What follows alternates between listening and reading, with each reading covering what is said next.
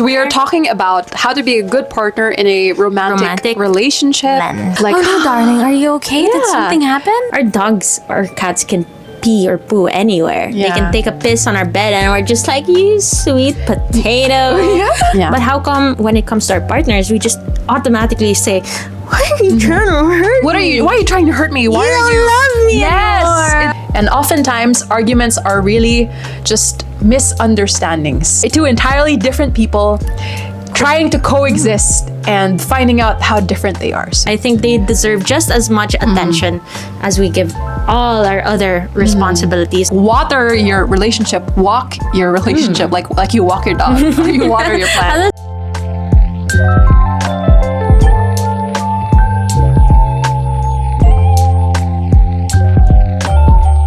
How to be a good partner. Partner. Howdy. Are we recording? Okay, There we go. How to be a good partner. What kind of partner are we talking about, Celina? What kind of partner are we talking about? We're talking about The cowboy kind? We're talking about cowboy car.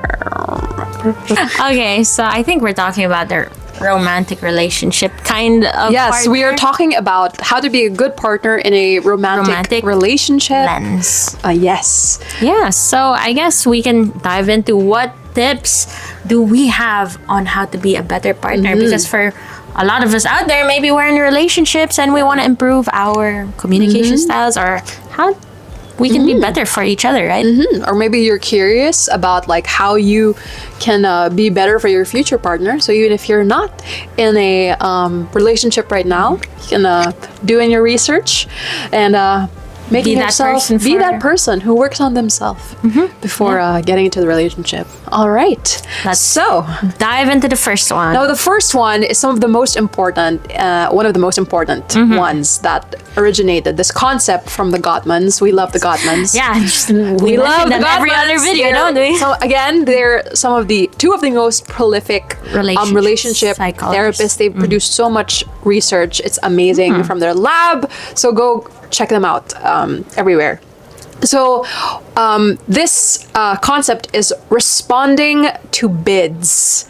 So what is responding to bids? Responding to bids, and it's a bid for connection. So a bid is really a bid for connection. It can really be any gesture, any sort of action that is that we consciously and unconsciously do to establish connection with our partner. Something as simple as maybe like you sighing, like, oh no, darling, are you okay? Did something happen? Responding. She responded to my bid, or even just like saying like, oh look, there's an airplane out the window. Is it a bird? Is it a plane? It's not a Superman, that's for sure. sadly. But yeah, so and there's every little thing like that. It's an opportunity for connection. So what we do is, what the Gottmans are saying is, these opportunities are a way for us to respond appropriately, to connect with each other, right? So as Celina mentioned, it can be unconscious or conscious. And I think for the most part, we're unconscious about it. Yeah, that's true. It's like sometimes you're just trying to be yourself, but you want to know that your partner is listening to you, is attentive to you. And one of the best ways we can do that is to just acknowledge something. You don't have something as simple as rush. If you're in the middle of something, you don't have to go and drop everything that you're doing. What do you want, baby? Yeah, I don't need my meeting. It's not like that. We're not asking you to do that. It's just like you can just respond. You can nod. You can smile. Yeah, you can say something as simple as, "Sorry, babe, I'm in a meeting. Give me a second. I'll be there." Yes, I love that. Right? I do love that as well. So, the Gottmans say that this type of, like responding to bids, it's practically the most important determinant for when they were observing couples, whether a couple will stay together long term is whether they respond to each other's bids. So if you want to stay together for a long time with your partner, maybe you don't, then you know what to do. Don't respond to those bids. That's our next video. Just how to break away. Don't lose a guy in 10 days. Lose a guy in 10 days. We should watch that. We should. Okay, on to the next one. On to the next one. how to be a good partner. We have To- assumed that you have- both have good intentions. I think this is also from the Gottmans. You know, Yeah. these are I You know, I at this read a lot of point, their we books, should just so- like, I am Gottman 1, you are Gottman.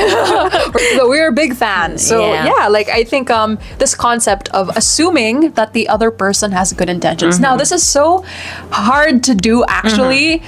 It's easier said Said than than done, right? Yeah. So like instead of when you're faced with a Problem. conflict, a problem, your partner is frustrating you, is upsetting you, it's easy to believe that they're doing it To hurt deliberately. you. They're trying to hurt you. Yeah, that they're not listening to you. They're don't they're wanna- deliberately trying. they to don't make love you angry. anymore. Yeah, they don't love you anymore. Crazy. We like to resort to like these negative possibilities in a way to, I guess, in a sense, to also control what we don't understand, right? But the problem is that can ruin the relationship. It can, the connection. it can. It is hard to do, especially when we're dealing with humans, right?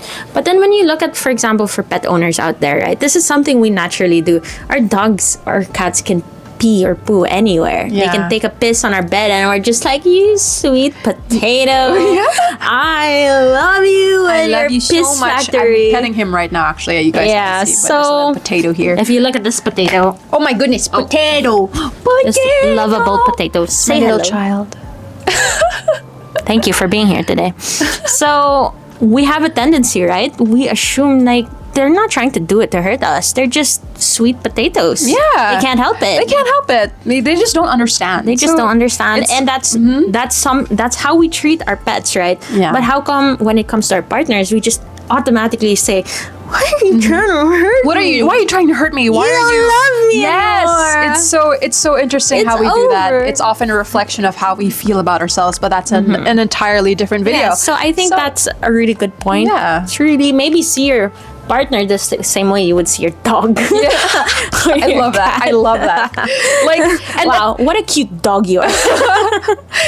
and that connects to our next point, which is when you assume that your partner has, or you try to assume that your partner has good intentions, is to, instead of assuming, especially in the heat of an argument, instead of assuming, be curious and communicative about how you're feeling and how you're interpreting the situation, rather than projecting your assumptions on them. Right? That's true. I agree.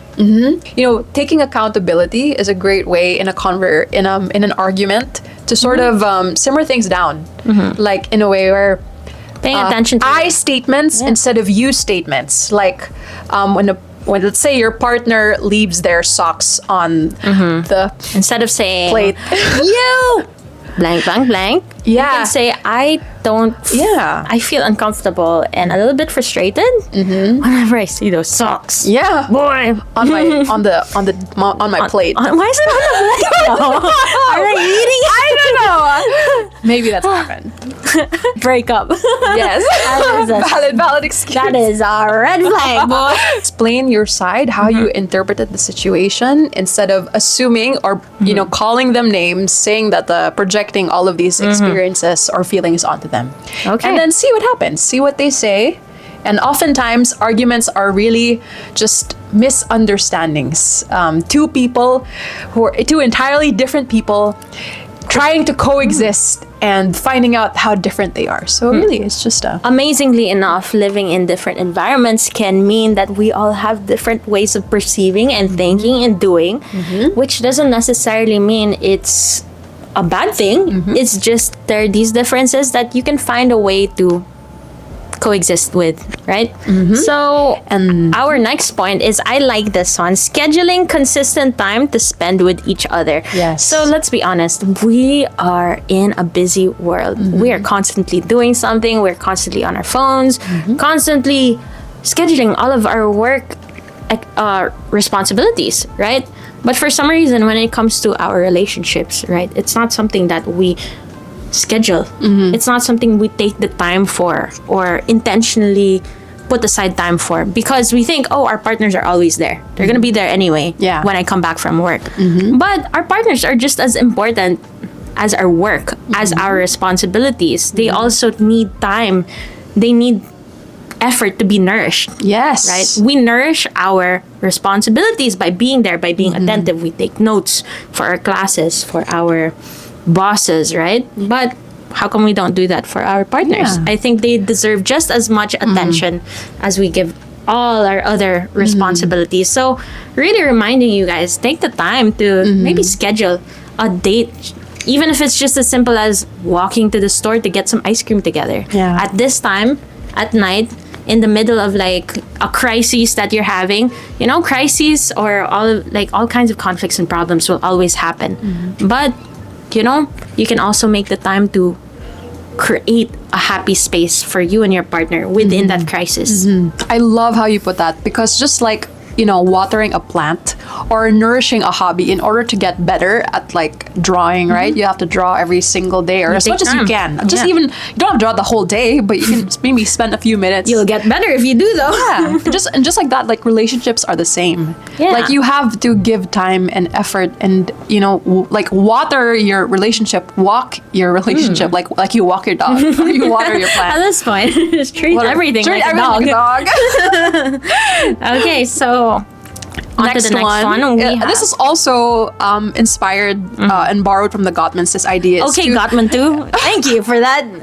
which is to be open to each other's influence. Now, what does that mean? It's like, it's important, obviously, to keep your individuality, to keep your separate goals, dreams, and hold what is important to you, no matter, no matter what comes your way. Like if it is really serving you, don't be afraid to hold on to that. But in a relationship, we are not only two independent people. We also require a bit of interdependence.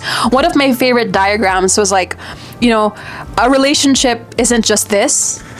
Like imagine that's a Venn, like it's not just two circles, right? There's a little bit of an overlap there. That's a Venn diagram, Yeah, it's a Venn. essentially. You can just say Venn diagram. I should have just put it. I actually did. I should have just put the picture of it. But exactly. So there we go.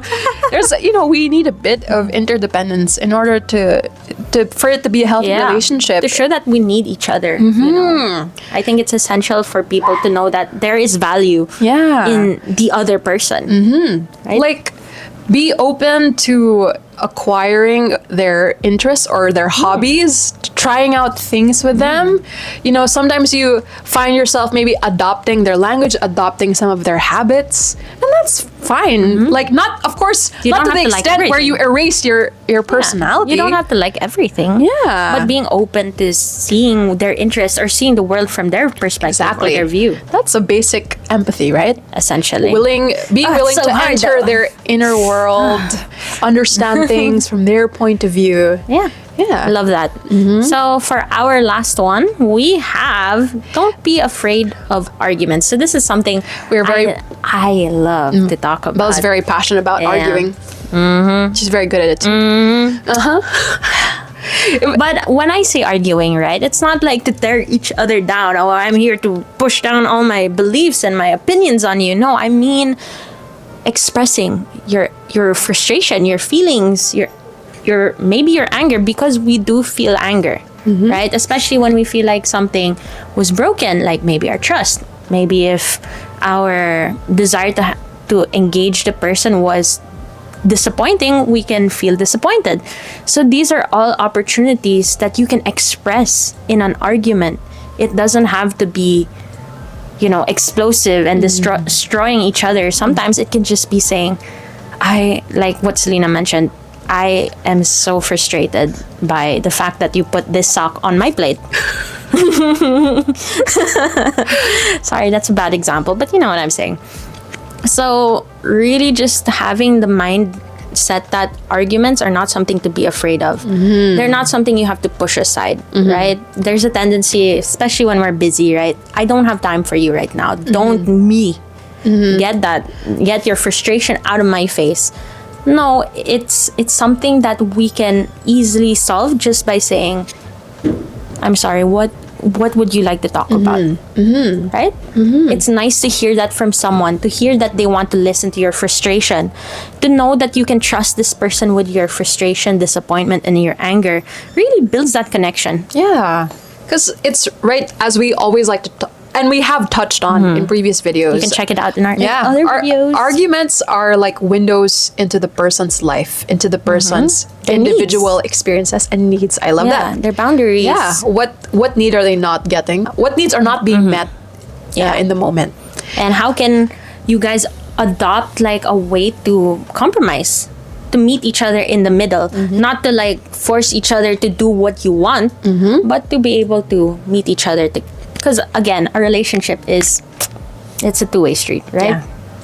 You both gotta see in the middle. Yeah. Even if you have different perspectives, and that's okay.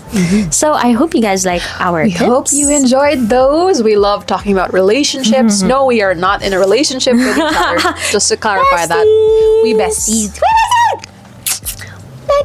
I know, it's so confusing, by the way.